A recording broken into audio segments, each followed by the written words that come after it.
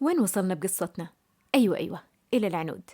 يوم رحت للجامعة وندهت علي وقالت تعالي واتركي جوالك وحطيه بعيد، ولا أقول لك طفيه. أنا عرفت من اللي سوى فيكي كل ده. أنا وقتها انتابني خوف شديد ورهبة، وفعلا طفيت الجوال بسرعة. العنود. تذكرين الرابط اللي عطته لنا سارة؟ وقالت لنا إن الموقع ذاك يعطينا رصيد اتصال ونت مجاني؟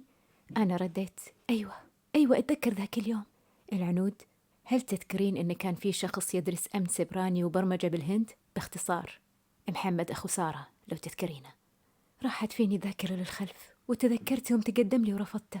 العنود قاطعت تفكيري وقالت وين رحتي؟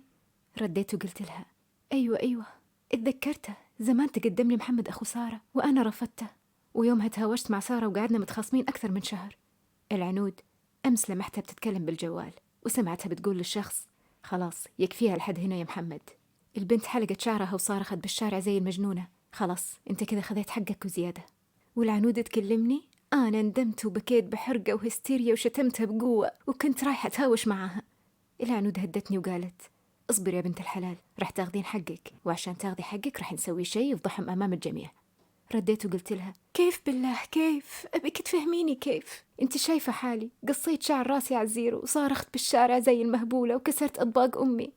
ردت العنود وقالت تعالي عندي ولد عمي بيشتغل ضابط شرطة، نروح له ونفهمك كل شيء، وعشان ما تخافي ما راح نقابله داخل قسم الشرطة، راح أخليه يلتقي بينا بمكان عام ونشرح له كل شيء وهو أكيد راح يتصرف. وللعلم أنا صورت سارة وهي بتتكلم بالجوال مع أخوها محمد، وكل الكلام اللي قلته لك أنا صورته بجوالي، وذا أكيد راح يفيدنا.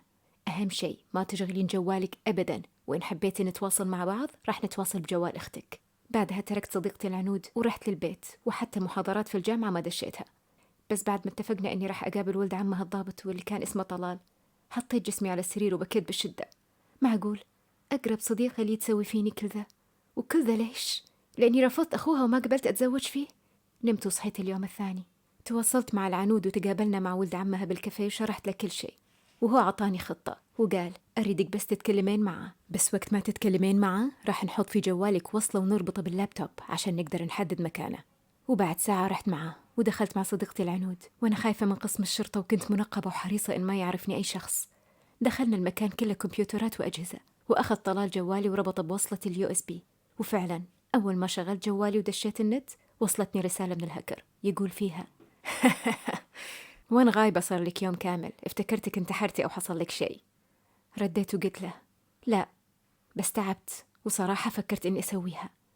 رد الهكر وقال خلاص التحدي الجديد إنك تمشين بالليل وسط الشارع وأبيك تصفقين وتزغردي. قلت له لا ما راح أسويها. الضابط طلال يشير لي بيده ويقول كملي، وبلغ أفراده بسرعة التحرك للمكان اللي فيه الهكر لأنهم نجحوا بتحديد المكان، وطبعا كان بيت صديقتي سارة. الهكر يرسل الآن بنشر كل صورك وصور أسرتك بكيفك، لا تنفذي. رديت عليه وقلت له خلاص تكفى، راح أنفذ اللي تبغاه. وفجأة انقطع الاتصال وتوقف الإرسال، وكلها دقايق يوصل الضابط طلال ومحمد أخو سارة بيده. ناظرته بنظرات كلها حقد واحتقار وكراهية، وعطيته كف وتفيت على وجهه. هنا العنود حطت يدها على كتفي وهدتني شوي، وأنا قاعدة أبكي بحرقة وأقول حسبي الله ونعم الوكيل فيك، حسبي الله ونعم الوكيل فيك. الضابط طلال يسأل محمد هل في معك شركاء في الجريمة؟ محمد يرد أنا بس اللي سويتها وما في عندي أي شركاء. العنود تقطع الحديث وتقول لا، في شريكة معايا حضرة الضابط، وعرضت الفيديو اللي صورته لأخته سارة وهي تتكلم بالجوال معه.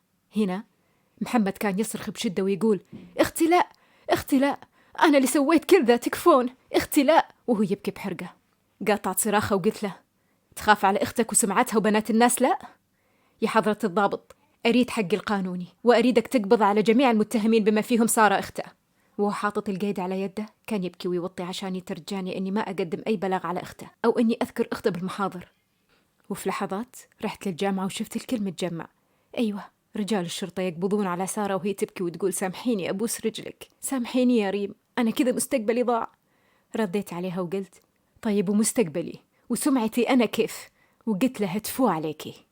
أهم شيء خذوها رجال الشرطة، ورحت كلمت أبوي وأخوي بالسالفة كلها، والضابط طلال فهمهم كل شيء، وإن أنا كنت ضحية. وفعلا صدق أبوي السالفة وارتاح لطلال وشكر بشدة. وبعد شهر من الحادث زارتنا أم طلال البيت وتقدمت لي ووافقت والحين متزوجة الضابط، وأشعر بالأمان الكامل. وإلى هنا انتهت قصتنا. أما سارة ومحمد، حكمت المحكمة على سارة بسجن سنة كونها شريكة بالجريمة وغرامة مالية 500,000، وأما محمد أخوها ب3 سنوات و2 مليون ريال سعودي غرامة، وتعويض عن جميع الأضرار النفسية والجسدية اللي حصلت لي. وإلى هنا يا حبايب قلبي وصلنا للنهاية. بالله لا تنسون الاشتراك بالقناة وتفعيل الجرس عشان يصلكم جديدنا، وكل يوم قصة وسالفة. أختكم ملعك الدوسري.